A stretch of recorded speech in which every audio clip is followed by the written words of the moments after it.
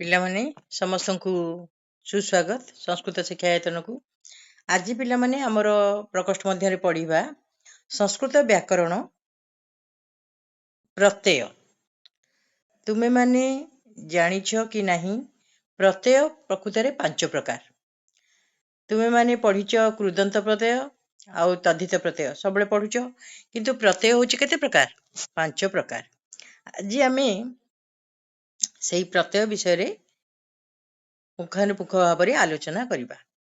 ଦେଖ ପିଲାମାନେ, ପ୍ରତ୍ୟୟ ପ୍ରଥମେ କାହାକୁ କୁହାଯାଏ ଆମେ ଦେଖିବା।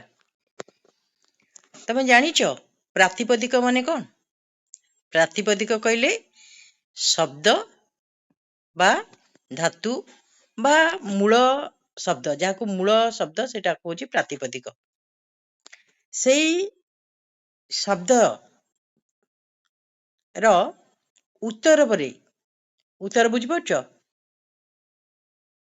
ଶବ୍ଦର ପରେ ବା ଉତ୍ତରରେ ଯେଉଁ ଅଂଶ ସଂଯୁକ୍ତ ହୋଇ ପଦଟି ନିଷ୍ପନ୍ନ ହୁଏ, ସେହି ଅଂଶକୁ ପ୍ରତ୍ୟୟ କହନ୍ତି। ବୁଝିପାରିଲ? ଶବ୍ଦ ବା ଧାତୁର ଉତ୍ତରରେ ଯେଉଁ ଅଂଶ ସଂଯୁକ୍ତ ହୋଇ ପଦଟି ନିଷ୍ପନ୍ନ ହୁଏ, ସେହି ଅଂଶକୁ ଆମେ ପ୍ରତ୍ୟୟ ବୋଲି କହୁ। ଶବ୍ଦ ଓ ଧାତୁ ଏଇ ଦୁଇଟିରେ ଯେଉଁ ପ୍ରତ୍ୟୟ ଯୋଗ କରାଯାଇ ପଦ ରୂପେ ବାକ୍ୟରେ ବ୍ୟବହାର କରାଯାଇଥାଏ। ବୁଝିପାରିଲ? ଆମେ ଯେଉଁ ପ୍ରତ୍ୟୟ ପଢୁଛେ, ଏହା ସାଧାରଣତଃ 5 ପ୍ରକାର।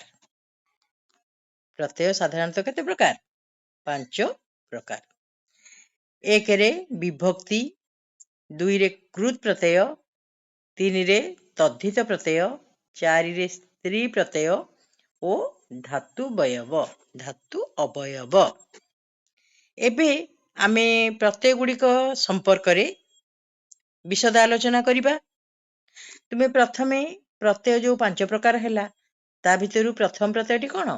ବିଭକ୍ତି ହେଲା। ବିଭକ୍ତି ତୁମକୁ ବାରମ୍ବାର କୁହାଯାଏ ଏବଂ ବିଭକ୍ତି ସମ୍ପର୍କରେ ମୁଁ ଭାବୁଛି ତୁମେମାନେ ସମ୍ପୂର୍ଣ୍ଣ ସଚେତନ ଏବଂ ଜାଣିଛ। ଦେଖ, ଶବ୍ଦରୁ ଉତ୍ତରରେ ଆମେ ସୁ, ଔ, ଯସ୍ ପ୍ରଭୃତି 21ଟି ଏବଂ ଧାତୁରୁ ସେଇ ଉତ୍ତରରେ ତିପ୍, ତସ୍, ଅନ୍ତି ପ୍ରଭୃତି 18ଟି ପ୍ରତ୍ୟୟ ବ୍ୟବହାର କରିଥାଉ। ତୁମେମାନେ ଜାଣିଛ, ଯେମିତି ସୁ, ଔ, ଯସ୍, ଅମ୍, ଔ, ସସ୍, ଟା, ଭ୍ୟାମ୍, ଭି, ଏଗୁଡ଼ିକୁ ଓଡ଼ିଆରେ ଆମେ କ'ଣ କହୁଛେ? ଟି, ଟାଏ, ଗୁଡ଼ିକ, ଗୁଡ଼ାକ, କୁ, କୁ ମାନଙ୍କୁ, ନାଇଁ, ରେ, ଦ୍ୱାରା, ମାନଙ୍କ ଦ୍ୱାରା, ଏପରି କହୁଛେ। ବୁଝିପାରିଲ ତ? ସୁ, ଔ, ଯସ୍ କ'ଣ? ବିଭକ୍ତି ଚିହ୍ନ। ଏଗୁଡ଼ିକ ହେଲା ବିଭକ୍ତି ଚିହ୍ନ। ପ୍ରଥମ ବ୍ୟକ୍ତିର ଚିହ୍ନ ଏକ ବଚନରେ ସୁ, 2 ବଚନରେ ଔ, ବହୁ ବଚନରେ ଯସ୍। ଯେମିତି ବାଳକ ଯୁକ୍ତ ସୁ ବାଳକଃ, ବାଳକ ଯୁକ୍ତ ଔ ବାଳକୌ, ବାଳକ ଯୁକ୍ତ ଯସ୍ ବାଳକାଃ। ତା ଭିତରୁ ସବୁ ଲୋପ ହୋଇ ଆଗମ ହୋଇ ଏମିତି ହଉଛି ହେଲା ବ୍ୟାକରଣ ଅନୁସାରେ। ସେମିତି ଆଚ୍ଛା, ଏଇ ସୁ ଔ ଯସ୍ କେତୋଟି? ନା 21ଟି ହେଲା। ଏଇ ଯୋଉ ଶବ୍ଦରେ ଯୋଉ ବିଭକ୍ତି ଆମର ଯୋଗ କରାଯାଉଛି, ତାହା କେତୋଟି? 21ଟି। ଧାତୁରେ ଯୋଉ ବିଭକ୍ତି ଯୋଗ କରାଯାଉଛି, ଯେମିତି ତିପ୍, ତସ୍, ଅନ୍ତି, ଅର୍ଥାତ୍ ପଠ ଯୁକ୍ତ ତିପ୍ ପଠତି, ପଠ ଯୁକ୍ତ ତସ୍ ପଠତଃ, ପଠ ଯୁକ୍ତ ଅନ୍ତି ପଠନ୍ତି। ଏଇଭଳିଆ ଆମେ ଗୋଟେ ଧାତୁରୁ ଲଗେଇଲେ ସବୁ ଧାତୁରୁ ପ୍ରାୟ ଏମିତି ଲାଗେ। ତାହେଲେ ତିପ୍, ତସ୍, ଅନ୍ତି ଏଗୁଡ଼ିକ କେତୋଟି? ଏଇ ପ୍ରତ୍ୟୟ ଗୁଡ଼ିକ କେତୋଟି? ନା 18ଟି। ବୁଝିପାରିଲ? ଶବ୍ଦରେ କେତୋଟି ପ୍ରତ୍ୟୟ ଅଛି? 21ଟି। ଧାତୁରେ କେତୋଟି ପ୍ରତ୍ୟୟ ଅଛି? 18ଟି। କାହିଁକି ନା ଆମେ 5ଟି ଧାତୁ ବ୍ୟବହାର କରୁଛେ, 5ଟି ଲକାର, ଲଟ୍ ଲକାର, ଲଙ୍ଗ ଲକାର, ଲୋଟ୍ ଲକାର, ବିଧିଲିଙ୍ଗ ଲକାର, ଲୁଟ୍ ଲକାର। ତାହେଲେ ପ୍ରତ୍ୟେକରେ କେତୋଟି ଲେଖାଏ ଅଛି? 9ଟି ଲେଖାଏ ଅଛି, ନାଇଁ? ଏମିତି ତିପ୍, ତଃ, ଅନ୍ତି, ସି, ଥଃ, ଥ, ମି, ବହ, ମ, ଏମିତି ହେଇକିରି ଆମର 18ଟି ଅଛି ହେଲା। ଆଚ୍ଛା, ସେମାନଙ୍କୁ ଯଥାକ୍ରମେ ଆମେ ସୁପ୍ ପ୍ରତ୍ୟୟ ଓ ତିପ୍ ପ୍ରତ୍ୟୟ କହୁ।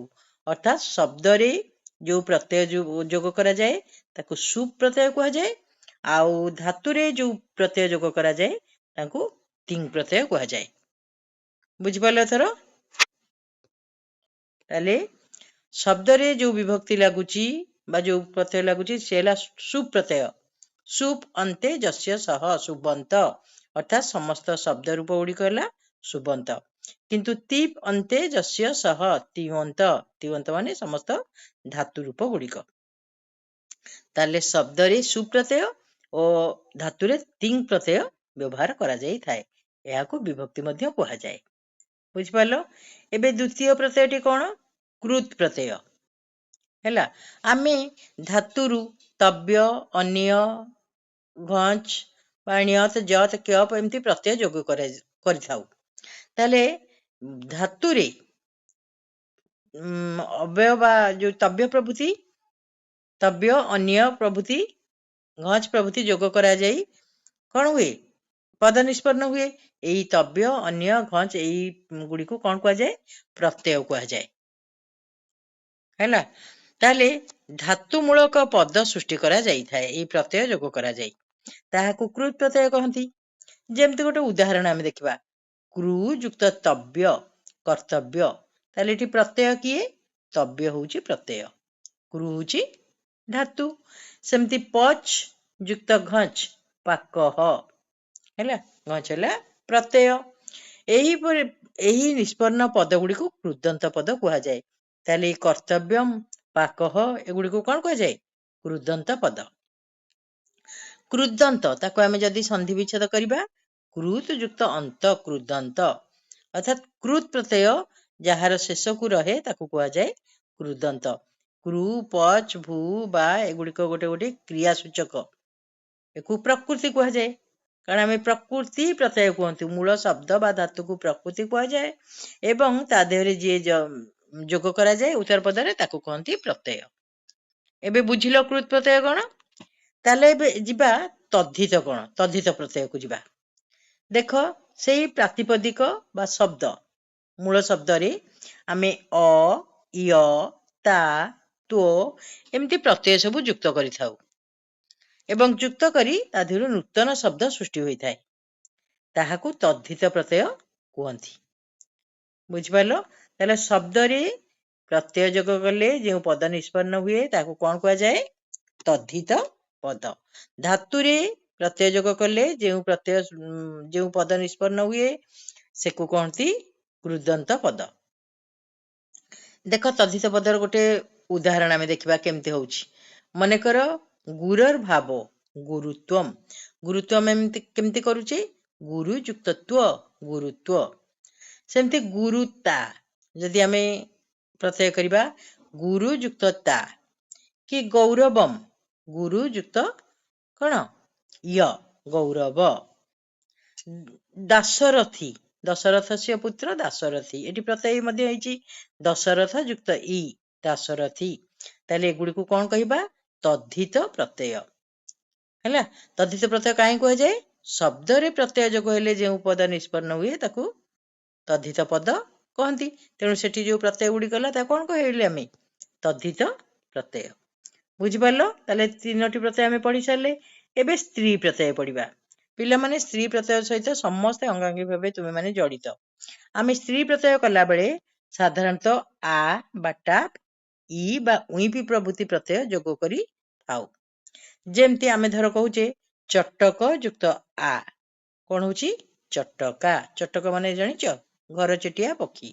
ତାହେଲେ ଧରେ ଆ ପ୍ରତ୍ୟୟ ଯୋଗ ହେଲା, ଚଟକା ହେଇଗଲା। ଚଟକା ମାନେ ଚଟକର ସ୍ତ୍ରୀ, ହେଲା, ବା ଘର ଚଟିଆ, ମାଇ ଘର ଚଟିଆ ପକ୍ଷୀ। ସେମିତି ନଦ ଯୁକ୍ତ ଇ, ନଦୀ, ହେଲା। ନଦ ପୁଲ୍ଲିଙ୍ଗରେ ହଉଛି ନଦ, ସ୍ତ୍ରୀଲିଙ୍ଗରେ କଣ ହେଲା? ନଦୀ। ବୁଝିପାରିଲ? ଏଠି ଇ ପ୍ରତ୍ୟୟ ଯୋଗ ହେଲା, ଆକୁ କୁହାଯାଏ କଣ? ସ୍ତ୍ରୀ ପ୍ରତ୍ୟୟ। ଆମେ ସାଧାରଣତଃ ସବୁବେଳେ ସ୍ତ୍ରୀ ପ୍ରତ୍ୟୟ ଗୁଡିକୁ ବ୍ୟବହାର କରୁଛେ। ଯେମିତି ନର, ନାରୀ, କାରକ, କାରିକା ଇତ୍ୟାଦି ଆମେ କରୁଛେ ସବୁ। ଗାୟକ, ଗାୟିକା, ହେଲା। ତାହେଲେ ଏବେ ଆମେ ଧାତୁ ଅବୟବ କଥା ପଢିବାକୁ ଯାଉଛେ। ଧାତୁ ଅବୟବରେ ଅନେକ କଥା ରହିଛି।